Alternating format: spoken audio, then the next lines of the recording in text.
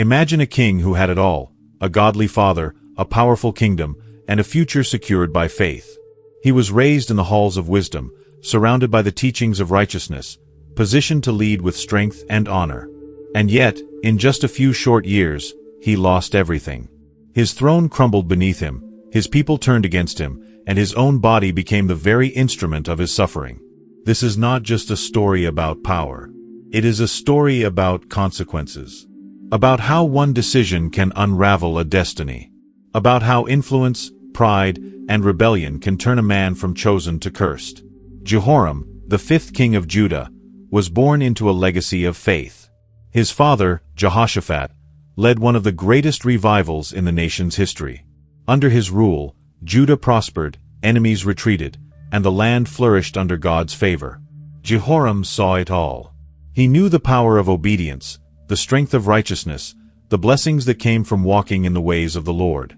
But when it was his time to rule, he made a choice that would change everything. He turned away. And when he did, the very foundations of his kingdom began to shake. What led Jehoram down this path? What influence corrupted him? What mistake did he make that set him on a course of destruction? And most terrifying of all, what judgment awaited him in the end? The answers are more shocking than you think. Because this is not just ancient history. The forces that led to Jehoram's downfall are still at work today. They shape leaders, families, and entire generations. And the warning written in his life is one that no one can afford to ignore. Stay with us as we uncover the tragic rise and fall of a king who lost everything. And if you want more deep, thought-provoking Bible stories, make sure to like this video, share it with someone who needs to hear it, and subscribe so you never miss a lesson that could change the way you see history, faith, and the choices that shape your life. Jehoram was born into greatness. As the son of King Jehoshaphat, he was the heir to a kingdom blessed with prosperity, security, and divine favor. His father was not just a ruler. He was a man of faith, a leader who sought the counsel of God, destroyed idols, and led Judah into one of the most powerful spiritual revivals in its history. Under Jehoshaphat's reign, Judah flourished. The nation's enemies trembled. The people walked in righteousness. And at the heart of it all stood a young prince who had every reason to follow in his father's footsteps. Jehoram grew up in the palace of a godly king. He was surrounded by wisdom, taught the laws of God, and had access to prophets, priests, and warriors who lived by faith. He saw firsthand how a kingdom ruled in righteousness could stand strong against any enemy. He witnessed miracles, heard the stories of David's conquests, and walked the same halls where the wisdom of Solomon still echoed. He had everything he needed to become a great ruler. He was positioned for success, destined for a legacy that could have rivaled the greatest kings of Judah. But one decision changed everything. A single choice. A single compromise. A single alliance that would not only destroy his own future but plunge his entire kingdom into darkness. Instead of walking the path of righteousness, he chose power. Instead of listening to the voices of wisdom, he surrounded himself with corruption. Instead of building upon the foundation his father had laid, he tore it apart with his own hands. How does a man who is given everything throw it all away? How does a prince raised in faith turn into a king cursed by his own people? How does a nation that once stood as a beacon of God's favor fall into chaos under a single ruler? The story of Jehoram is not just a tragedy. It is a warning. Because the forces that led him to destruction are the same forces that still exist today. The temptation for power, the lure of compromise, the slow erosion of faith, these are the same dangers that threaten leaders, families, and entire generations. And the lesson written in his downfall is one that must not be ignored. The turning point, a marriage that sealed his fate. Every downfall begins with a single decision. For Jehoram, that decision was not made by him but by his father. King Jehoshaphat, a man of faith and wisdom, had led Judah into a golden age of revival and divine protection.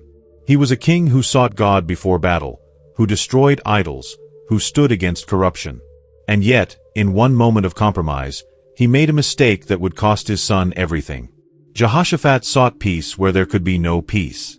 He forged an alliance with the most wicked ruler Israel had ever seen, King Ahab. Ahab, the man who turned Israel away from God. Ahab, the king who married Jezebel, the queen who slaughtered prophets, introduced Baal worship, and led an entire kingdom into spiritual ruin. And to seal this alliance, Jehoshaphat gave his son, Jehoram, in marriage to Ahab's daughter, Athaliah. It was not just a political marriage. It was a spiritual disaster. Athaliah was not an ordinary woman. She was raised by Jezebel, trained in manipulation, deception, and the dark arts of idolatry. She had watched her mother control kings, destroy men, and erase the worship of the one true God from Israel. And now, she was in the house of David, seated beside Jehoram, whispering poison into his ears. Jehoram had once lived in a palace where prophets were honored, where the law of God was taught, where faith had built a kingdom of strength.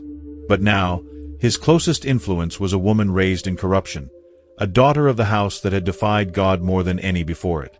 And from the moment he took Athaliah as his wife, something changed. His mind became clouded. His convictions grew weak. The faith of his father faded into the background as new voices, new desires, and new ambitions took root in his heart. The Jehoram who had once stood in the presence of Judah's greatest king was no more. In his place stood a man being reshaped into something else, something dangerous, something destructive. What happens when a godly leader allows the wrong person into his life? What happens when a single influence corrupts everything that once stood strong? The answer would soon be revealed. And Judah would never be the same again. The path to ruin, from heir to tyrant. The moment Jehoram took the throne, the kingdom of Judah changed forever. Power did not humble him. It consumed him. His first act as king was not to strengthen his nation, not to secure his people, not to seek the wisdom of God, but to eliminate anyone who could challenge him. Without warning, he ordered the execution of all his brothers. These were not enemies. They were his own flesh and blood. Men who had been raised beside him, who had shared his father's legacy, who could have been his strongest allies. But Jehoram saw them as threats, as obstacles, as reminders of the righteous path he no longer wanted to walk. And so, he slaughtered them all, not for survival, but for power. But the blood on his hands was only the beginning. With his family wiped out, Jehoram turned his attention to the nation itself. He tore down the foundations his father had built. He drove out the worship of God and replaced it with idols. He did not simply allow false gods into Judah, he led the people into full rebellion. Temples to Baal were erected. Altars of sacrifice to foreign deities stood in the streets of Jerusalem. The kingdom that had once stood as a beacon of faith now fell into darkness under its own king. And the consequences came swiftly. The moment Jehoram turned his back on God, Judah lost its protection. Nations that had once trembled before them now saw an opportunity. The Edomites, who had been under Judah's control for generations, rebelled and declared their independence. When Jehoram sent his army to crush them, his forces were overwhelmed. His troops fled in the night, barely escaping with their lives. Then came the Philistines. 4 years, they had been subdued under the might of Judah's kings, but now, with Jehoram in power, they saw weakness. They gathered their warriors and launched a full-scale invasion, marching straight for the capital. And they were not alone. The Arabs joined the assault, sweeping through Judah like a storm, bringing terror and destruction in their wake. Jehoram had sought to rule with power. Instead, he found himself surrounded by enemies, his kingdom unraveling, his people suffering. But he had yet to face the greatest judgment of all. Because when a man turns away from God, his greatest enemy is no longer the nations that rise against him. His greatest enemy is the judgment that is coming for him. A warning from God, ignored and sealed in doom. Even in the darkest moments, God always sends a warning, a chance to repent, a final opportunity to turn back before it is too late. For Jehoram, that warning came in the form of a letter, delivered not by an ordinary prophet, but by Elijah himself, the man who had once called fire down from heaven, who had confronted kings and silenced the prophets of Baal. The letter was not a plea. It was not a negotiation. It was a declaration of judgment. This is what the Lord, the God of your father David, says, "You have not walked in the ways of your father Jehoshaphat or of Asa, king of Judah. But you have followed the ways of the kings of Israel, leading Judah into idolatry and turning the people against their God. Because of this, the Lord is bringing disaster upon your house, your family, and your kingdom. Your enemies will rise against you. Your loved ones will be taken from you. And you yourself will suffer from a disease so terrible that your body will rot away, day by day, until your very life is drained from you. A prophecy like this could shake any king to his core. It was not a vague warning of future struggles. It was a direct and irreversible sentence, spelling out exactly how Jehoram's destruction would unfold: the loss of his kingdom, the suffering of his people, the torment of his own body. But Jehoram did not listen. The words of Elijah carried no weight in the heart of a man who had already hardened himself against God. He had surrounded himself with priests of Baal, with advisers who spoke only what he wanted to hear. He had silenced the voices of truth, murdered those who stood in his way, and reshaped Judah into a nation of rebellion. Why would he fear the warnings of a prophet? And so, he ignored it. He dismissed the letter. He continued in his wickedness. He carried on, believing that his throne, his power, his rule could withstand whatever was coming. But the prophecy had already begun to unfold. The Philistines and Arabs swept through Judah, storming the palace, looting its treasures, and carrying away everything Jehoram held dear. His sons, the heirs to his throne, his wives, the women of his court, all taken, dragged away as captives. When the dust settled, only one son remained, his youngest, the last shred of his dynasty. The people of Judah turned against him. They had once feared him, but now they despised him. A ruler who had no blessings, no strength, no favor from God was a ruler unworthy of their loyalty. He had slaughtered his own brothers to secure power, but now he stood utterly alone, his family gone, his kingdom in ruins, his people cursing his name. And then, the final punishment began. A sickness, just as Elijah had foretold, struck Jehoram's body. It was not an ordinary illness. It was not a wound that could be healed or a plague that could be lifted. It was a slow, agonizing decay, eating him from the inside out, day by day, until his very flesh began to rot while he was still alive. His body betrayed him. His pain was unrelenting. No priest could heal him. No God he had worshipped could save him. No sacrifice could turn back the judgment that had been set in motion. He had once believed himself untouchable, but now he could do nothing but wait. Wait as his strength faded, as his agony deepened, as his life crumbled under the weight of divine judgment. But the worst was still to come. Because when a man ignores the voice of God, when he turns his back on every warning, when he refuses to change even in the face of disaster, his end is never just death. It is disgrace, humiliation, and the complete erasure of his name from history. Jehoram was about to learn this lesson in the most terrifying way possible. The wrath of God, the agonizing end of Jehoram. Jehoram had spent years trying to secure his rule through violence, fear, and betrayal. He had murdered his own brothers, led an entire nation into idolatry, and rejected every warning from God. He had turned his back on righteousness, believing that power could shield him from the consequences of his actions. But when judgment finally came, it was swift, merciless, and absolute. The first blow struck his household. The Philistines and Arabs, once weak in the face of Judah's might, now swept through the land with terrifying force. They did not just raid the outskirts.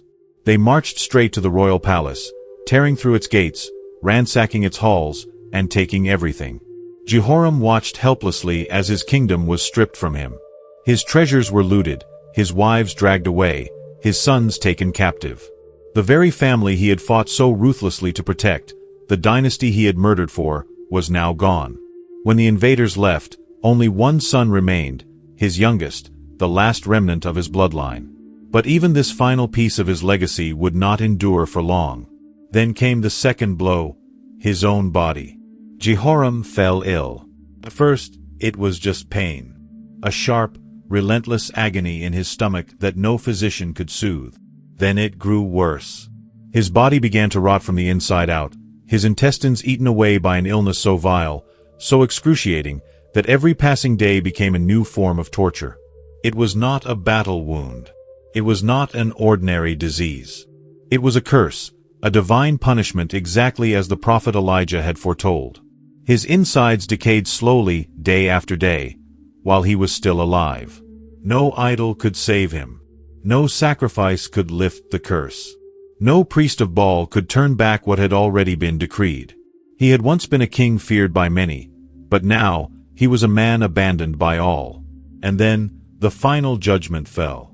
Jehoram died in agony, his body wasted away, his mind consumed by suffering. But his punishment was not over. For even in death, he found no peace. The people of Judah, who had once cowered before him, now felt nothing but hatred. There was no mourning, no grief, no tribute to his reign. They buried him, but not with the honor of a king. His ancestors had been laid to rest in the royal tombs, their names etched into history. But Jehoram's body was cast aside, unworthy of such a place. He had ruled for 8 years, but by the time he was gone, it was as if he had never lived at all. No one wept for him. No one honored him. No one remembered him. He had spent his life trying to secure his throne, yet his name became a curse. He had sought power, but in the end, he was left with nothing. Because when a man turns away from God, even death refuses to give him dignity. Lessons for us today.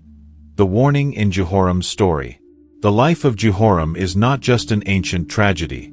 It is a warning, a message that echoes through time, revealing truths that still hold power today.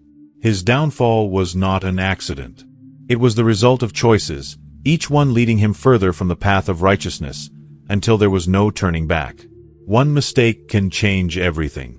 Jehoram was born into privilege, raised in wisdom, and given the opportunity to rule with strength and faith. But one decision, one alliance, one compromise set him on a course that ended in destruction. No one is immune to the consequences of their choices. No one is so powerful that they can escape the judgment of God. The people you allow into your life can shape your destiny. Jehoram's downfall began when he married Athaliah, the daughter of Jezebel. His father had been a righteous king, but a single wrong relationship poisoned everything he had been taught. Influence is powerful. The voices you listen to, the people you surround yourself with, the relationships you cultivate, they will either build you up or lead you to ruin. Power means nothing without righteousness. Jehoram thought that strength, ambition, and control would secure his throne. He believed that eliminating his brothers, silencing his enemies, and ruling with fear would keep him safe. But in the end, his own people despised him, his allies betrayed him, and even his body turned against him. Without God, power is an illusion. A kingdom without righteousness will collapse. A leader without integrity will fall. When you turn away from God, everything else will turn against you. Jehoram rejected God, and his nation crumbled, his family was taken, his health was destroyed, and his very name was erased from honor. The same truth applies today. Sin has consequences. Compromise has a price. No one can rebel against God and expect to escape judgment. The story of Jehoram is more than history. It is a cautionary tale for every generation. It forces us to ask hard questions.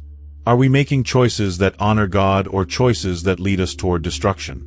Are we allowing the wrong influences to shape our lives?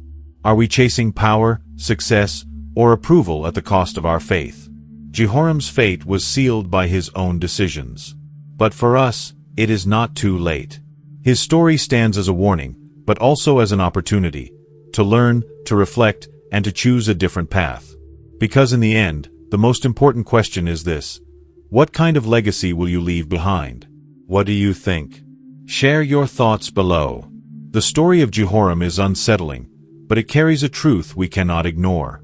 It reminds us that our choices shape our destiny, that the people we allow into our lives can either build us up or lead us to destruction, and that power without righteousness is meaningless. Personally, I have seen how small compromises can lead to devastating consequences.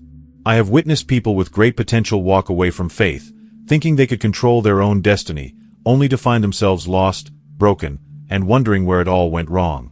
Jehoram's life is a reminder that no one is above the consequences of their actions. The warnings are always there, if only we are willing to listen. What about you?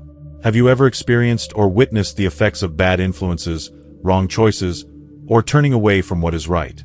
What lessons do you take from Jehoram's story? I would love to hear your thoughts. Share them in the comments below. And if you found this story meaningful, don't keep it to yourself. Like this video, share it with someone who needs to hear this message, and subscribe so you never miss another powerful Bible story. Thank you for watching, and I'll see you in the next video. Stay blessed.